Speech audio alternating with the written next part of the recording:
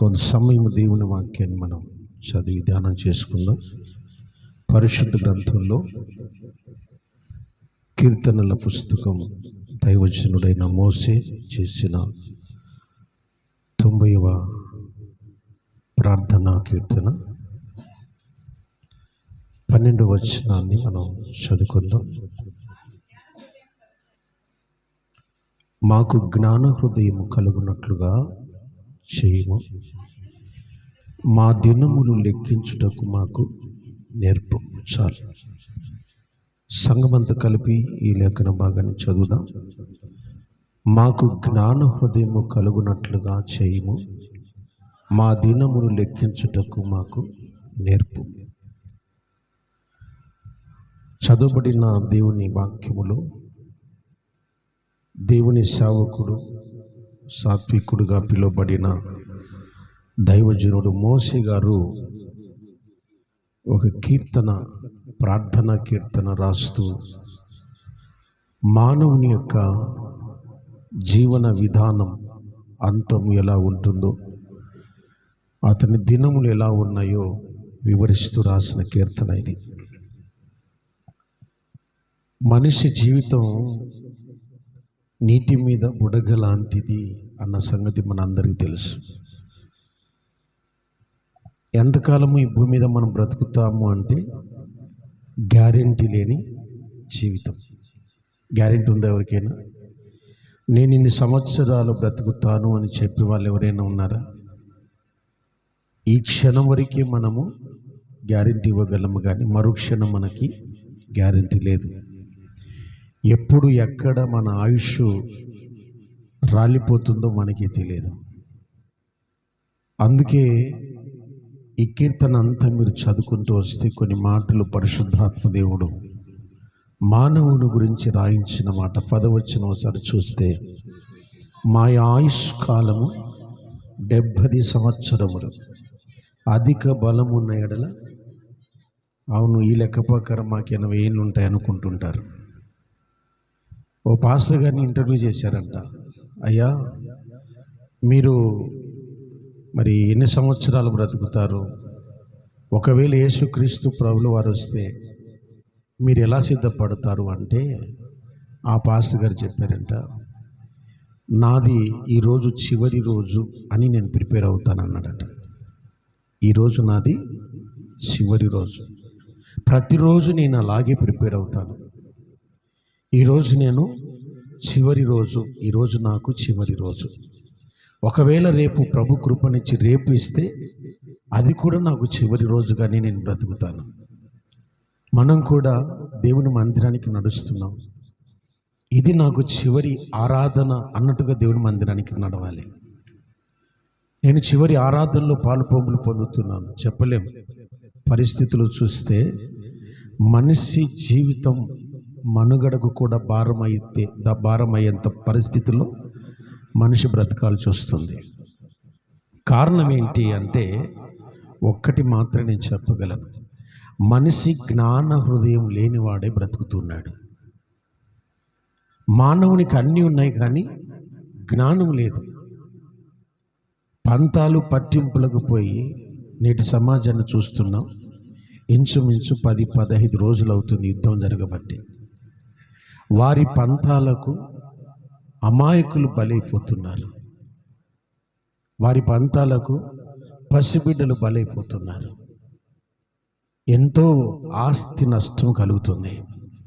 వీటన్నిటి కారణం ఏంటి అంటే, వారికి జ్ఞాన హృదయం లేదు. అంటే దాని అర్థం సరిదిద్దుకునే మనస్సు లేదు. మానవుని జీవితం ఎందుకు నాశనం అయిపోతుందంటే, దిద్దుబాటు లేకపోవటం వలన. మన జీవితంలో సరైన దిద్దుబాటు లేదు. ఈరోజు పరిశుద్ధాత్మ దేవుడు మనం మాట్లాడితే అది నా కోసమే మాట్లాడాడు అని దిద్దుకోవటం లేదు. నాకు ఇంకా కొన్ని సంవత్సరాల ఆయుష్ ఉంది అన్నట్టుగానే బ్రతుకుతున్నాడు.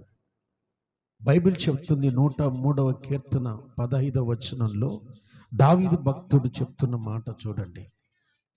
నరుని ఆయువు గడ్డి వలె ఉన్నది, అడవి పువ్వు పూయునట్లుగా వాడు పుయ్యును, దాని మీద గాలి వీచగా అది లేకపోవును. ఆ మీదట దాని చోటది నరుని ఆయువు గడ్డి పూల వంటిది, అంతలో వికసించి అంతలో మాయమైపోయే ఆవిరి వంటిది. అయితే మానవుడు పంతాలకు వెళ్ళిపోతున్నాడు. తప్పులు మానవుడు అన్నాక తప్పులు అందరు చేస్తారని, మనిషి జన్మించిన తర్వాత తప్పు అన్నది ప్రతి ఒక్కరిలో జరుగుతూనే ఉంటుంది. మేము తప్పు చేయలేదు, మేము తప్పు మాట్లాడలేదు అన్న వాళ్ళు ఎవరైనా ఉన్నారా భూమి మీద? ఏమండి, ఉన్నారా? ఎవ్వరూ లేరు. పరిస్థితులను బట్టో, ఆర్థిక ఇబ్బందులను బట్టో, కాలమును బట్టో, సమయాన్ని బట్టో కొన్ని సందర్భాల్లో మానవుడు తప్పు చేస్తాడు.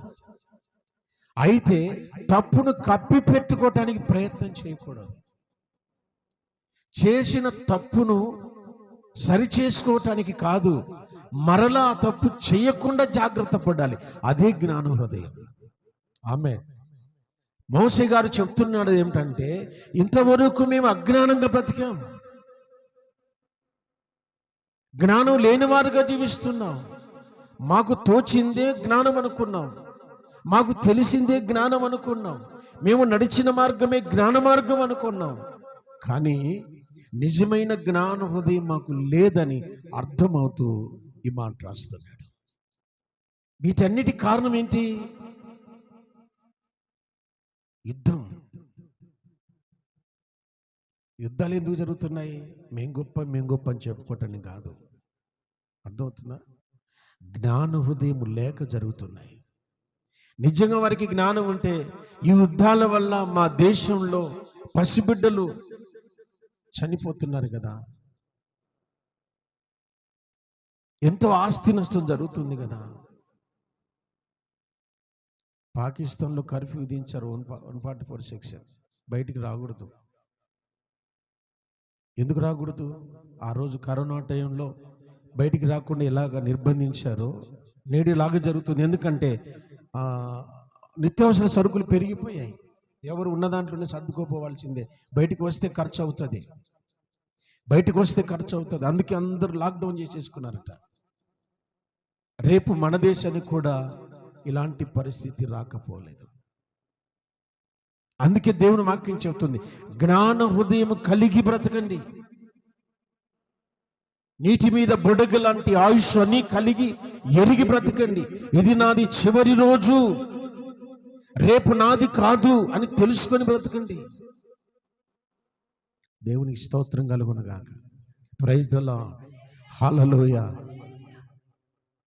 మనం ఎంత క్షేమంగా ఉన్నామో తెలుసా? ఇప్పుడు భారతదేశంలో ఎంత నిర్భయంగా బ్రతుకుతున్నాం. ప్రాణాలు అరచేతులు పెట్టుకొని పరుగులెత్తుతున్నారు. అనేక ప్రాంతాల్లో, అనేక దేశాల్లో తల్లి జాడ పిల్లకు లేదు, పిల్ల జాడ తల్లికి లేనిదైపోయింది. ఇలాగే కొనసాగితే ఒక 10 రోజులు సాగిందనుకోండి, భారతదేశం కూడా నిత్య కరువులో ఉండిపోతుంది. ఇప్పుడే దరిద్రమైన దేశం అంది. ఇలాగే ఒక 10-15 రోజులు జరిగిందనుకోండి యుద్ధం, భారతదేశంలో ఒక వస్తువు కొనాలంటే కూడా భయం, ధైర్యం సరిపోదు. అందుకే వాక్యం చెప్తుంది, దీపం ఉండగానే దిద్దుకో, నీ జీవితాన్ని సరిచేసుకో. నీ తప్పులు ఎక్కడున్నాయో, పొరపాట్లు ఎక్కడున్నాయో నీ దేవుని దగ్గర చేరి ఒప్పేసుకో. తప్పును కప్పి పెట్టుకోవటానికి కాదు దేవుని వాక్యం చెప్తుంది, తప్పును సరిదిద్దుకో. మరలా తప్పు చేయకుండా. మనం ఏమేం తప్పులు చేశామో పక్కనులకేం చెప్పాల్సిన అక్కర్లేదు. నీ ప్రార్థన గదిలో నువ్వు మోకరించినప్పుడు నీ దేవునికి చెప్పుటయే జ్ఞాన హృదయం. చేతులెత్తి స్తోత్రం. హల్లెలూయా, హల్లెలూయా. కొంతమంది కప్పి పెట్టుకుంటారు. బైబిల్లో ఒక సౌలు అనే ఒక రాజు ఉన్నాడు. చేసిందే తప్పు. బైబిల్లో చూడండి, సమూయేలు మొదటి పుస్తకం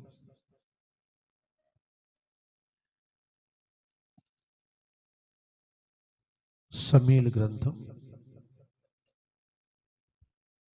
మొదటి పుస్తకం 15వ అధ్యాయం 3వ వచనం ఒకసారి చూద్దాం.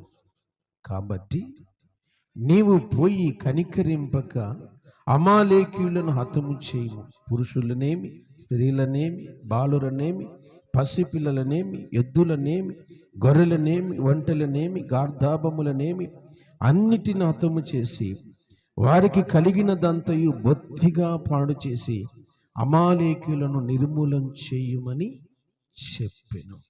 ఇది దేవుని ఆజ్ఞ. సౌలు రాజుకు దేవుడిచ్చిన ఆజ్ఞ.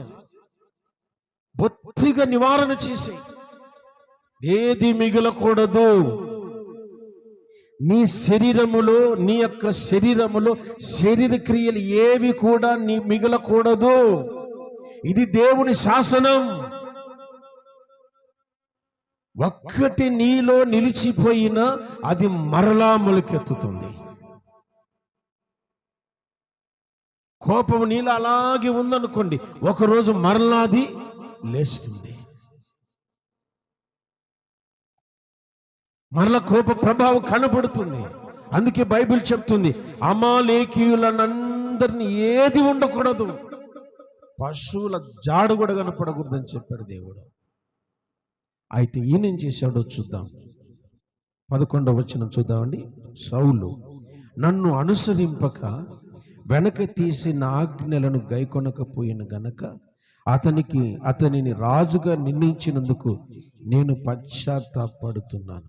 అందుకు సమూయేలు కోపావేశుడై రాత్రంతా యెహోవాకు మొరపెట్టుచుండెను. ఉదయమున సమూయేలు లేచి సౌలును ఎదుర్కొనుటకు పోగా సౌలు కర్మేలునకు వచ్చి అక్కడ జయసూచకమైన శిలను నిలిపి తిరిగి గిల్గాలునకు పోయిన సమాచారం వినెను.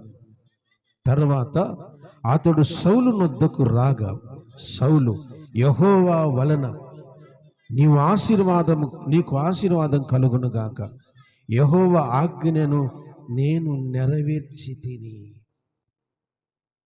దేవుని ఆజ్ఞను నేనేం చేశాను? నేను భక్తి చేస్తున్నాను, నేను బైబిల్ చదువుతున్నాను, నేను వాక్యం వింటున్నాను, నేను పరిచర్య చేస్తున్నాను. ఏమండి, నీకు తోచింది చేయడం కాదు పరిచర్య, దేవుడు చెప్పినట్టుగా చేయడమే పరిచర్య. నీకు నచ్చినట్టుగా చేసేది కాదు ప్రార్థన, దేవుడు ఆలకించేలా చేసేదే ప్రార్థన, దేవుడు అంగీకరించేలా చేసేదే ప్రార్థన. నీకు 10 నిమిషాలు కనపడుతుంది, పరిచర్య చేయాలనిపిస్తుంది, చేసి వెళ్ళిపోయేది కాదండి పరిచర్య. 10 నిమిషాలు ప్రార్థన చేయాలనిపించింది, చేసేది కాదు ప్రార్థన, అలా చేసేది కాదు. దేవుని యొద్ద నుండి నీకు వర్తమానం వచ్చేంత వరకు చేసేదే ప్రార్థన. ఆమేన్, ప్రైజ్ ది లార్డ్. ఎందుకు నేను నీ ఆజ్ఞను నెరవేర్చాను. సౌలు అంటున్నాడు, నీ ఆజ్ఞను నెరవేర్చాను. అయితే సమూయేలు అన్నాడు, చూడండి, అలాగైతే నాకు వినబడుచున్న, నాకు కనబడుచున్న, నాకు వినబడుచున్న, నాకు కనబడుచున్న అరుపులేమిటి అన్నాడు. తప్పు చేశాడు సౌలు రాజు, తప్పు చేశాడు. అయితే ఇప్పుడు ఏమన్నాడు? అందుకు సౌలు, అమాలేకుల యొద్ద నుండి జనులు వీటి తీసుకొని వచ్చెను, నీ దేవుడైన యెహోవాకు బలి అర్పించుటకు జనులు, నాకేం సంబంధం లేదంటాడు. చూసారా, నాకు తెలియదు, జనులు తెచ్చారు. నీ దేవుడైన యెహోవాకు బలి అర్పించడానికి తెచ్చిపెట్టారు అవన్నీ. చూసారా, చేసిన తప్పును ఒప్పుకోవలసిన సౌలు కప్పి పెట్టుకుంటున్నాడు. దాని ప్రభావం ఎవరి మీద పడుతుంది చెప్పండి? ఇప్పుడు ఇరాక్, ఇజ్రాయేలు, అమెరికా, జపాన్ అన్ని యుద్ధాలు చేస్తుంటే ప్రభావం ఎవరి మీద పడుతుంది? అమాయకుల మీద, అపశుభం తెలియని పిల్లల మీద, కడుపు నింపుకోవటానికి ఊర్లు దేశాలు వెళ్ళిపోయిన వారి మీద ఈ ప్రభావం కనపడుతుంది. రేపు మన మీద కూడా అదే ప్రభావం కనపడుతుంది. పెద్దలైన వాళ్ళు, అనుభవజ్ఞులైన వాళ్ళు, సంఘంలోనైనా ఇంటిలోనైనా సమాజంలోనైనా పెద్దలైన వాళ్ళు తప్పు జరిగినప్పుడు దాన్ని సరిదిద్దుకోవటం అనేదే జ్ఞాన హృదయం. ఆమేన్. Praise the lord. సరిదిద్దుకోకుండా కాదు నేను అలా చెప్పలేదు, ఇలా మాట్లాడలేదు, నేను ఆ మాట లేదు, ఈ మాట, ఇది కరెక్ట్ అయిన జీవితం కాదు. దాని నష్టం భరించాల్సింది అమాయకులం.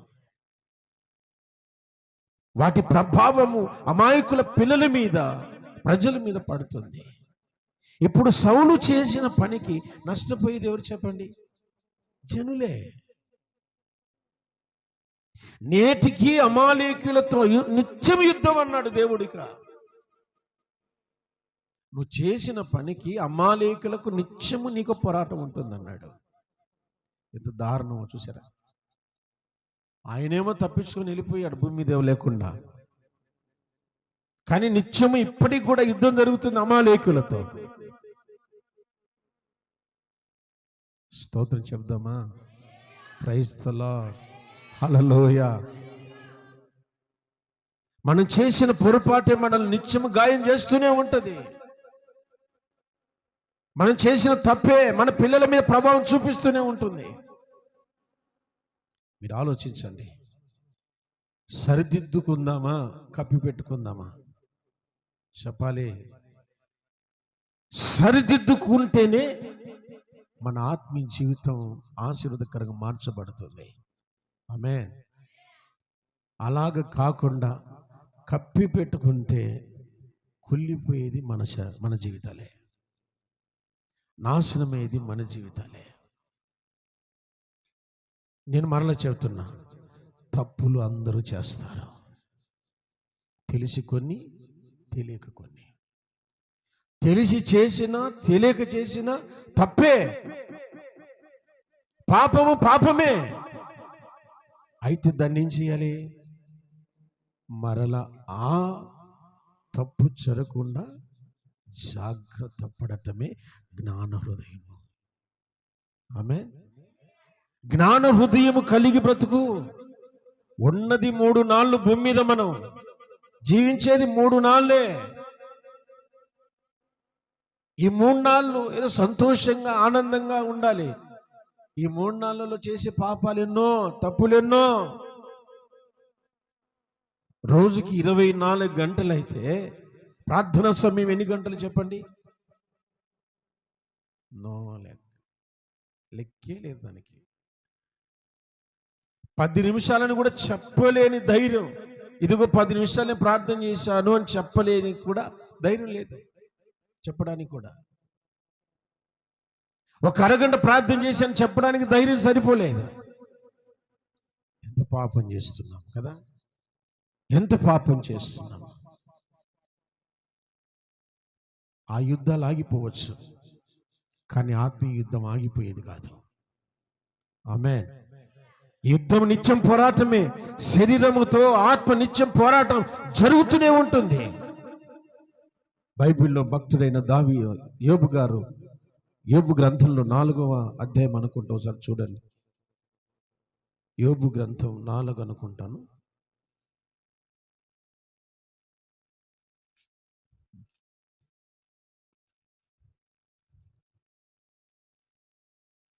మొదటి వచనం, 7వ అధ్యాయం మొదటి వచనం.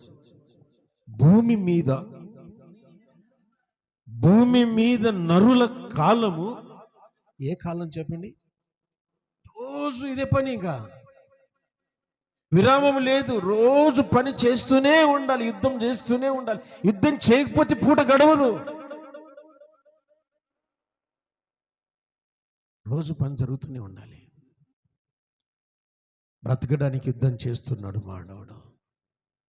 Praise the lord. హల్లెలూయా. ఈ బ్రతకడం కోసము పొరపాట్లు చేసేవాళ్ళు చాలా మంది. పొరపాటు చేసేవాళ్ళు చాలా మంది. రాజులు సహితం తప్పు చేశారు, పెద్దలు సైతం తప్పు చేశారు. ఇప్పుడు ఇంకొక మాట కూడా మీకు గుర్తు చేస్తాను ప్రియులారా. సమూయేలు 2వ పుస్తకం 12వ అధ్యాయంలో, సమూయేలు 2వ పుస్తకం 12వ అధ్యాయం చూడండి. కొన్ని మాటలు గుర్తు చేసుకుందాం. ఓకే, దావీదు నాతాను యొక్క చరిత్ర అక్కడ కొన్ని సంగతులు మనకు నేర్పిస్తాయి.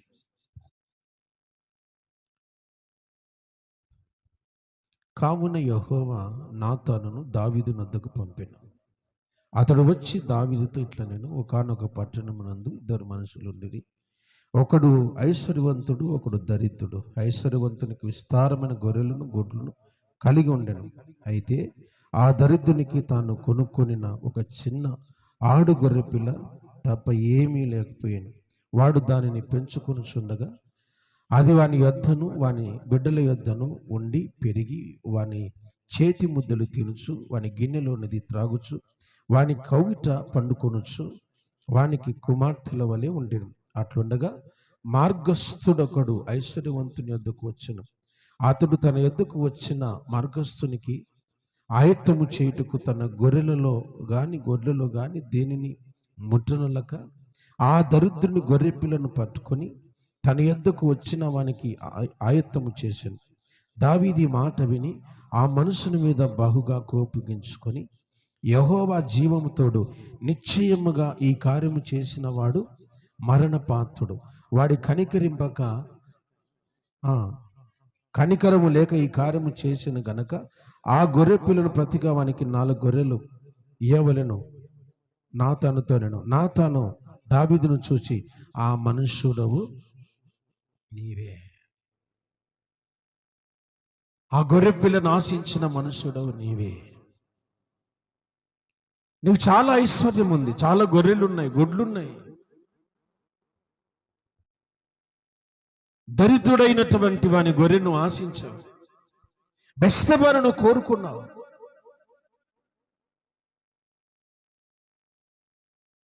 నువ్వు చేసిన తప్పు. అప్పుడు దావీదు ఏం చేశాడు? ఆ పాపం చేసింది నేనైతే శిక్షను కూడా భరిస్తాను. ఆమేన్. కప్పి పెట్టుకోలేదు, ఒప్పేసుకున్నాడు. స్తోత్రం చెబుదాం. ఆలోచించండి, మనం ఇద్దరు రాజులే, ఇద్దరు అభిషేకం పొందిన వాళ్ళే, ఇద్దరు యెహోవా దేవునిగా కలిగిన వాళ్ళే. కానీ తేడా గమనించాలి మనం. జ్ఞాన హృదయముతో దావీదు ఏం చేశాడు తెలుసా? తప్పును కప్పి పెట్టకుండా ఒప్పేసుకొని విడుదల పొందాడు. దేవునికి మహిమ కలుగును గాక. ఈరోజు దేవుని మాటలు వింటున్నా, నీకు దేవుడు జ్ఞాన హృదయము కలుగ చేయును గాక. జ్ఞానముతో నీ కుటుంబాన్ని నువ్వు కట్టుకుందువు గాక. బైబిల్ చెప్తుంది, మనుషులు ఎందుకు నాశనం అయిపోతున్నారంటే జ్ఞానం లేకయే చెడిపోతున్నారు చెప్తుంది. జ్ఞానం ఎక్కడ దొరుకుతుంది? జ్ఞానముకు నిలువై ఉందువుగాక, నువ్వే అడ్రస్గా ఉందువుగాక. అలా తయారవ్వాలి. జ్ఞాన హృదయము గలవాడిగా నువ్వు సిద్ధపడాలి. దేవుని రాకడ ఈ రోజా రేపా అన్నట్టుగా ఉంది. దావీదు చేసిన తప్పును ఏం చేశాడు? ఒప్పేసుకున్నాడు. నేను చేసిన తప్పే, దానికి నేను ప్రాయశ్చిత్తం పడుతున్నాను. నువ్వు ప్రాయశ్చిత్తం పడాలి. మనమంతా పాపం చేసిన వాళ్ళమే. 32వ కీర్తన చూడండి, మొదటి వచనం. 32 మొదటి వచనం.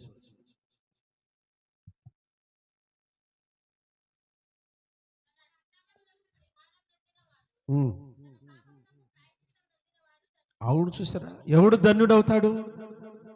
చేసిన తప్పును కప్పిపెట్టుకున్నవాడా లేక సరిదిద్దుకున్నవాడా? సరిదిద్దుకునేవాడు కావాలి. ఈరోజు అబద్ధం ఆడ ఒక పని నిమిత్తమై అది నీకు తెలిసిపోయింది, నేను అబద్ధం ఆడాను. వెంటనే ఏం చేయాలి? మరలా ఆ తప్పు జరగకుండా జాగ్రత్త పడాలి. ఇదే సరిదిద్దుకోవటం. Praise the lord. హల్లెలూయా. మరొక మాట కూడా చూడండి, సమూయేలు 2వ పుస్తకం 24 మొదటి వచనం. ఇంకొక మారు యెహోవా కోపం ఇశ్రాయేలుల మీద రగులు కొనగా ఆయన దావీదును వారి మీదికి ప్రేరేపణ చేసి నీవు పోయి ఇశ్రాయేలు వారిని యోధా వారిని లెక్కించమని అతనికి ఆజ్ఞ ఇచ్చెను. అందుకు రాజు తన యొద్దనున్న సైన్యాధిపతి అయిన యోవాబును పిలిచి, జనసంఖ్య ఎంతైనది నాకు తెలియపరచుటకై దాను మొదలుకొని బెర్షెబా వరకు ఇశ్రాయేలు గోత్రములలో నీవు సంచారం చేసి వారిని లెక్కింపుమని ఆజ్ఞ ఇయ్యగా, యోవాబు, జనుల సంఖ్య ఎంత ఉన్నను నా ఏలినవాడవు రాజువగు నీవు బ్రతికి ఉండగానే నీ దేవుడైన యెహోవా దానిని నూరంతలు ఎక్కువగా చేయును గాక. నా ఏలినవాడవు రాజువగు నీకు ఈ కోరిక ఎందుకు పుట్టెను? ఎందుకు నీకు ప్రేరేపణ వచ్చింది?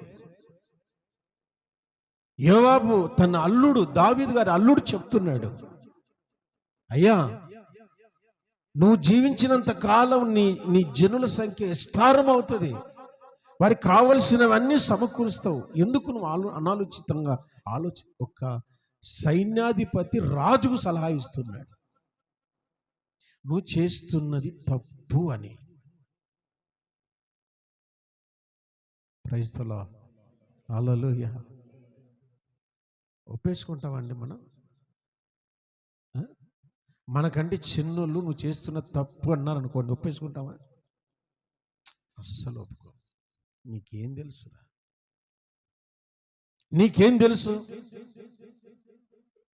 మేము అనుభవజ్ఞులం, జ్ఞానులం, ఇలాంటివి ఎన్నో చూసామని చెప్తాం కదండి.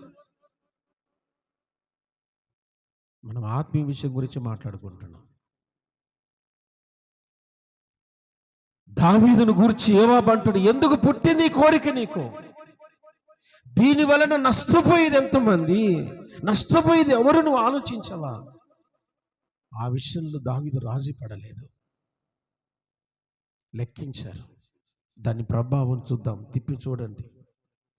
ఎంతమంది నష్టపోయారు, ఎంతమంది చనిపోయారు.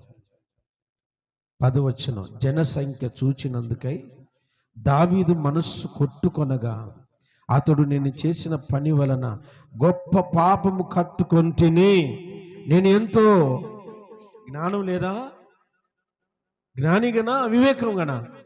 అవివేకినై దాని చేసి తిని యెహోవా కరుణ ఉంచి నీ దాసుడనైన నా దోషమును పరిహరింపుమని యెహోవాతో మనవి చేయగా. కింది వచనాల్లో చూడండి, 15వ వచనం, అందుకు యెహోవా ఇశ్రాయేలు మీ తెగులు రప్పించగా ఆ దినం మొదలుకొని సమాజపు కూటపు వేళ వరకు అది జరుగుచుండెను. అందుచేత దాను నుండి బెర్షెబా వరకు 75,000 మంది చనిపోయారు. స్తోత్ర.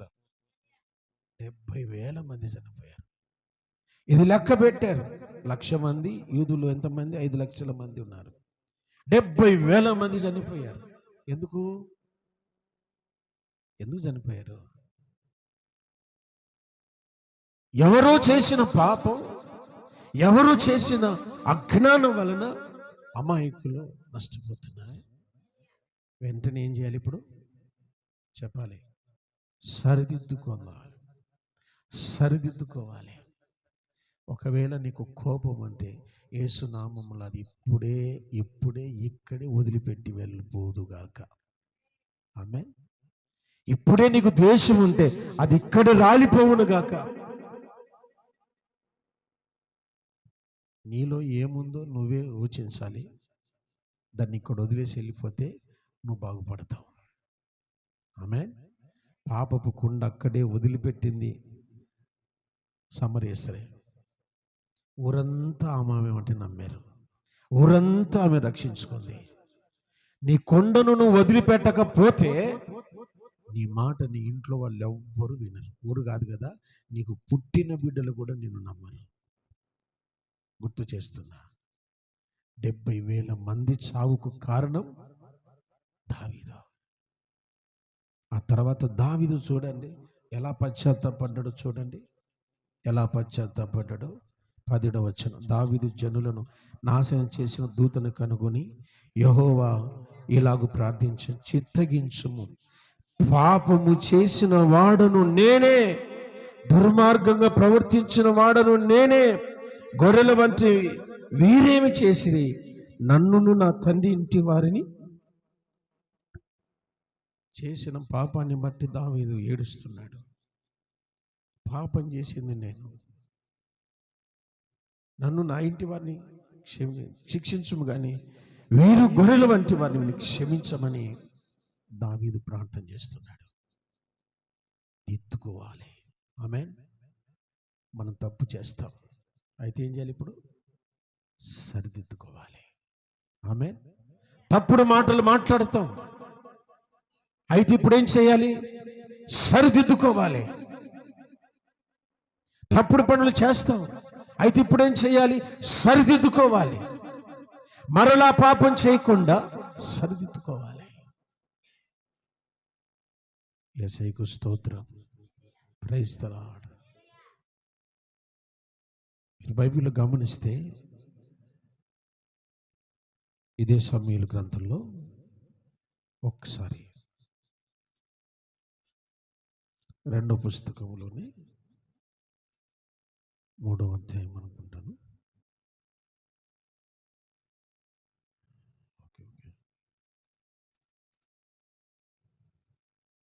మొదటి వచనం. సౌలు కుటుంబీకులకు దావీదు కుటుంబీకులకు బహుకాలం యుద్ధం జరగగా దావీదు అంతకు ప్రబలేను, సౌలు కుటుంబం అంతకు నీరసిల్లేను. చూసారా? ఇద్దరు రాజులే, ఇద్దరు దేవుని చేత ఎన్నుకొనబడిన వారే, అభిషేకం పొందిన వారే, కానీ ఒక కుటుంబం వర్ధిల్లుతుంది, ఒక కుటుంబం నాశనం అవుతుంది. కారణం ఏంటో చెప్పిన? సౌలు 2 తప్పులు చేశాడు, 2 కప్పి పెట్టుకున్నాడు. 2 తప్పులు చేశాడు. దేవుని ఆజ్ఞను మీరి అవివేక పనిచేశాడు. దహన బలి ఆయన ఇచ్చి సాహసించి నేను ఈ బలి అర్పించానని తప్పును కప్పి పెట్టుకున్నాడు. 2వ మారు బొత్తిగా నివారణ చేయమంటే కొన్ని దాచిపెట్టి ఇది దేవుని కొరకు అని చెప్పాడు. దావీదు కూడా 2 తప్పులు చేశాడు, 2 సార్లు సరిదిద్దుకున్నాడు. స్తోత్రం చెప్పండి. అందుకే ఆయన ప్రభులాడు. ఆమె చెప్దామా? ఆమె. మనం కూడా తప్పులు చేస్తాం, జరుగుతూ ఉంటాయి.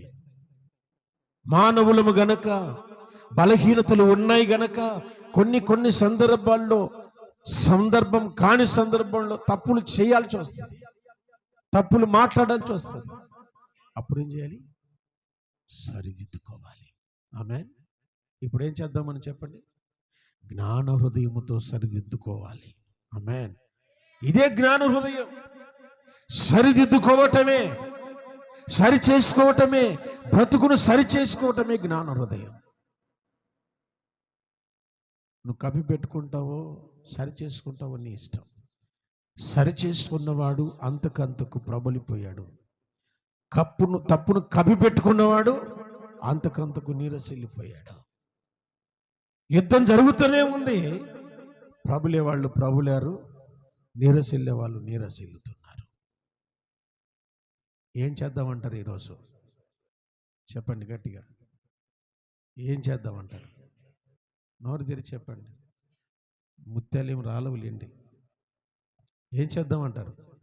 తప్పులన్నీ కూడా ఒప్పుకొని, కప్పి పెట్టుకోకుండా ఒప్పుకొని సరిదిద్దుకుందాం. ఆమేన్. హల్లెలూయా. నీ తప్పులు, నా తప్పులు, మనందరి తప్పులు క్షమించటానికి సిద్ధ మనసు కలిగిన దేవుడు మనకున్నాడు. జ్ఞానంతో నడుచుకోవాలి. రెండో మారు తప్పు జరగకుండా జాగ్రత్త పడుదుగాక. యోబు అంటాడు, ఒక్కసారి 2 సార్లు నేను తెగించాను మాట్లాడటానికి. దేవుడు మానవునితో 2 మారే మాట్లాడతాడు. 3వ ఛాన్స్ లేదు. ఆమె చెప్పండి గట్టిగా. 3వ ఛాన్స్ లేదు. నీకు 2 ఛాన్సులు ఇస్తాడు. 3వ ఛాన్స్ ఇల్లా. అర్థమైందా? 3వ ఛాన్స్ లేదు. ఇంకొకసారి ఉందిలే, ఇంకొకసారి రాయొచ్చులే. ఏం పరీక్షలు కాదు. మార్చి పోతే సెప్టెంబర్ వస్తే మళ్ళీ మార్చి రానికే. లైఫ్, పరిశుద్ధమైన జీవితం. ఒక్కసారి నువ్వు తప్పు జరిగిందనుకో నీ జీవితంలో, దాన్ని దిద్దుకోవటానికి బ్రతికినంత కాలం సరిపోదు. నేను ఒక ఉదాహరణ చెప్తాను మీకు, బాధపడమంటే. ఒక మంచి విశ్వాసి ఉండకూడని స్థలములో నిలబడుకుంది అనుకోండి, ఆ తప్పును సరిదిద్దుకోవడానికి సరిపోతుందా? లైఫ్ సరిపోతుందా?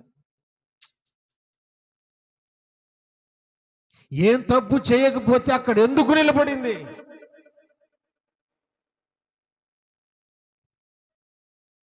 అన్యాయపు లోకంలో నీతిగా బ్రతుకుతే నువ్వు ఒప్పుకోరండి. అలాంటిది ఎక్కడో ఉండకూడని స్థలంలో నువ్వు ఉన్నావు అంటే ఒప్పేసుకుంటుందా? ఓ మంచి పుణ్యాత్మురాలని ఆలోచిద్దామా?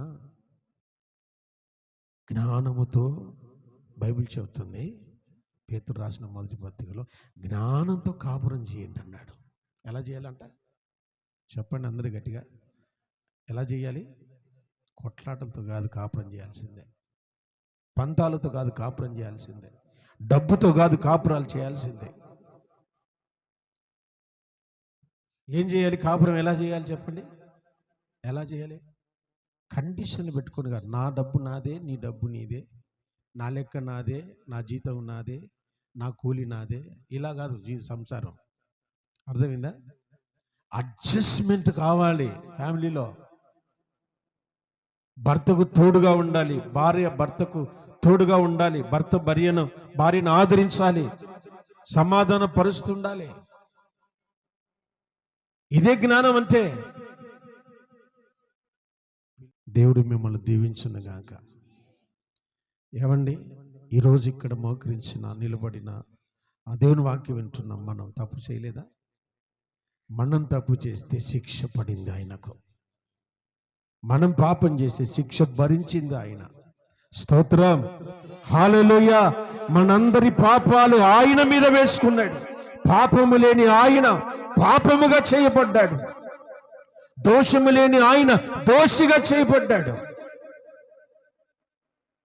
ఆయన మన పాపములన్నీ భరించి నిష్కలంకమైన బిడ్డలుగా మనల్ని కనపడాలనుకున్నాడు.